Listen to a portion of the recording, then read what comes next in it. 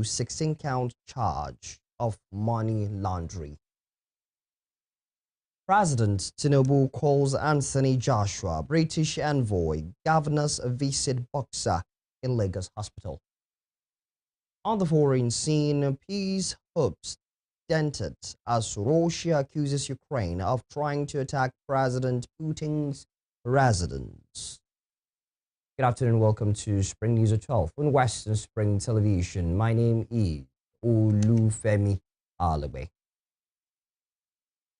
Former Attorney General of the Federation and Minister of Justice Abubakar Malami, his son, and one other individual have pleaded not guilty to a 16-count charge of alleged money laundering.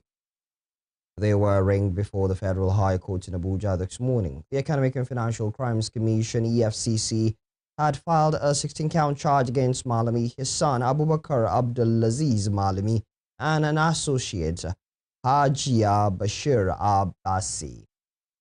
The charges include large-scale money laundering and the illegal acquisition of properties worth over 8.7 billion naira. The Kebbi State Police Command has assured residents that security has been brought under control following a loud explosion at the General Hospital in Bagudo early this morning. The assurance was contained in a statement signed by the State Police Command Public Relations Officer, SP Bashir Usman. According to the police, a joint security team comprising personnel from the force, the military and local vigilante groups swiftly cordoned off and secured the affected area. The command confirmed that no casualties were recorded in the incident, although a building within the hospital staff quarters sustained damage. Occupants had reportedly evacuated the area before the explosion occurred. The State Commissioner of Police has ordered additional tactical deployments to the area to ensure the maintenance of public order and safety. Residents have been advised to remain calm and avoid the immediate vicinity of the hospital to allow security agencies to carry out their operations without hindrance. In the meantime, the Nigerian military says it is monitoring Boko Haram and Islamic State or the West African province fighters who were fleeing their hideouts following the recent United States airstrikes. US President Donald Trump announced on Christmas Day that the American military conducted lethal strikes against Islamic State targets in northwestern Nigeria. The federal government confirmed the operation, describing it as part of ongoing counter-terrorism operation. Following the strikes, there were reports of movements by armed groups into other areas. However, senior military officials who spoke with newsmen on Monday said the military was striking the movement of the terrorists.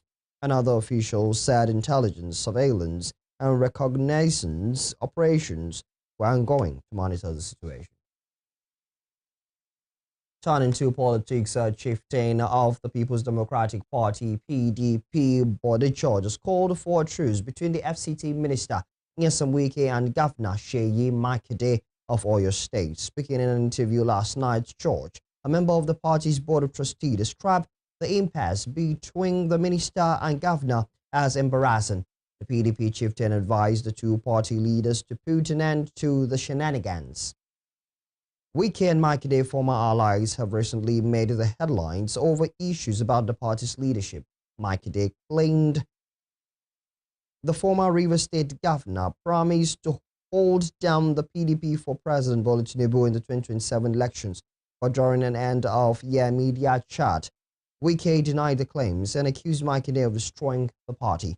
However, George said he advised them, all former members of the PDP, against taking a unilateral decision about whom to support in that exercise.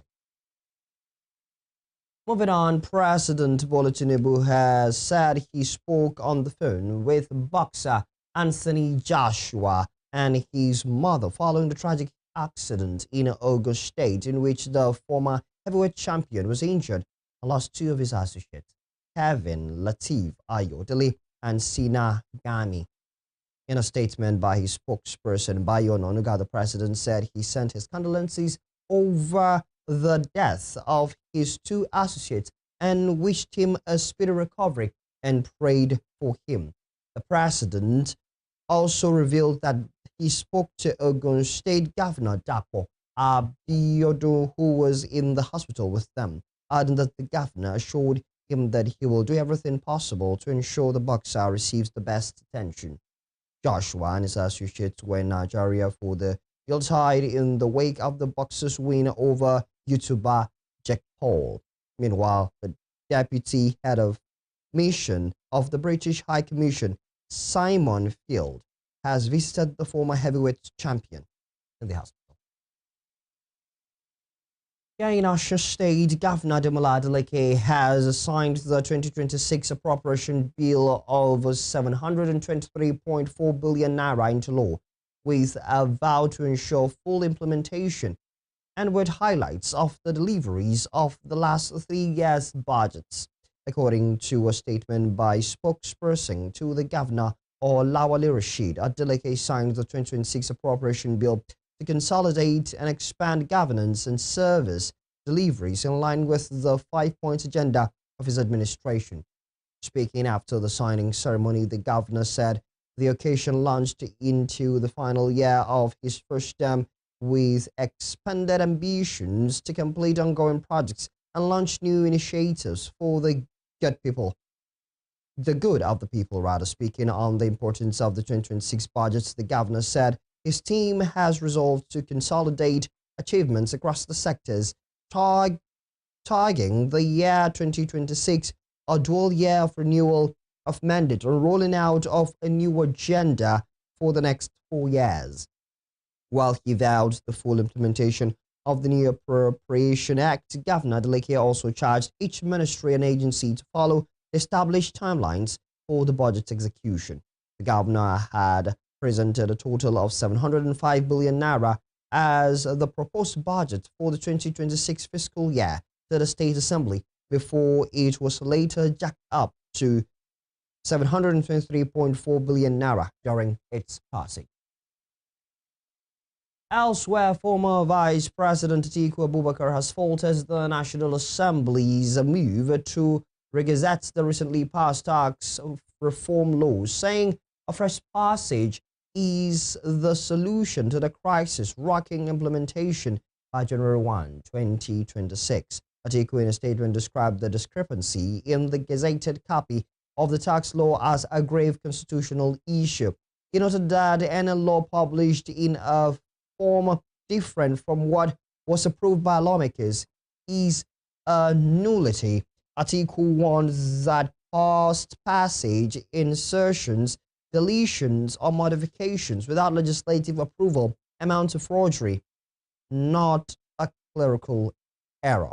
He also said attempts to rush a regazetting while delaying legislative investigations undermine parliamentary oversight and set a dangerous precedent. Atiku comments come hours after the National Assembly announced that it would work with relevant ministries, departments, and agencies to regazette the tax reform law. You're watching Spring News at 12 on Western Spring Television. We'll be right back to the spring.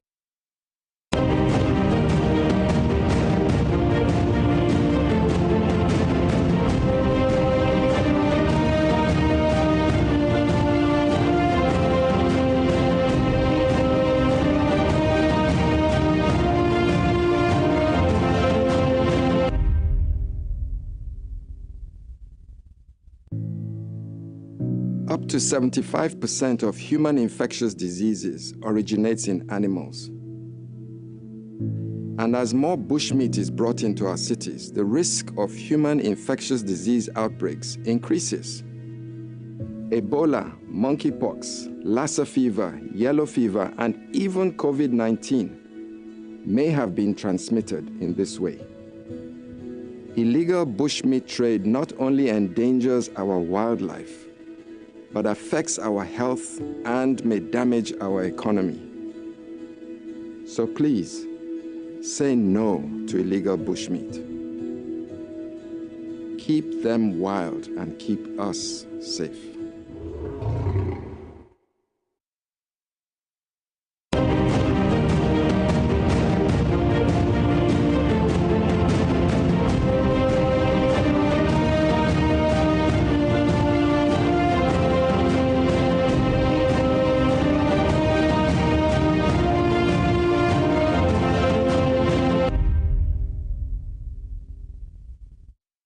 You're welcome back. Now talking business. Fuel marketers have confirmed that the Port Harcourt refining company has supplied them with about 15 trucks of diesel daily since it was shut down for maintenance on May 24.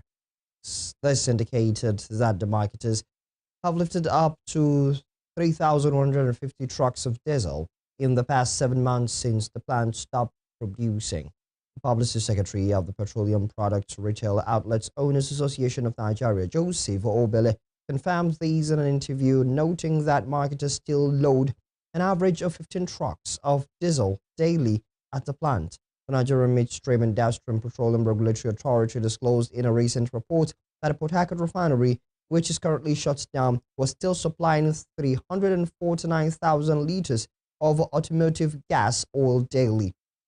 According to the NMPRA, the refinery, which the Nigerian National Petroleum Company Limited shut down on May 24, was still having diesel evacuated into the market daily as of November. On May 24, SONAE had issued an official statement announcing the shutdown of the refinery for maintenance. However, more than 7 months later, the refinery has yet to start producing fuel. On the foreign scene, Russia accused Ukraine on Monday of trying to attack President Vladimir Putin's residence and vowed retaliation, providing no evidence for a claim Kyiv dismissed as baseless and aimed at derailing audacious peace talks. The angry exchanges between the warring neighbors on Monday, including a statement by Russia that it was reviewing its stance in negotiations in response to the attack, dealt a new blow to prospects for peace in Ukraine. U.S. President Donald Trump said Putin had told him about the alleged attack in a phone call on Monday morning, which had angered him. On Sunday, Trump met Ukrainian President Volodymyr Zelensky in Florida, and the U.S. president said they were getting a lot closer to an agreement to end the war, although 30 issues remained. On Monday, Putin struck a defiant tone, telling his army to press on with a campaign to take full control of Ukraine's Zaporizhzhia region. Russian Foreign Minister Sergei Lavrov said Ukraine had tried to attack Putin's residence in the Novgorod region west of Moscow with 91 long-range drones, which were all destroyed by Russian air defense, adding that no one was injured and there was no damage. What was the outcome of your telephone call with President Putin? I had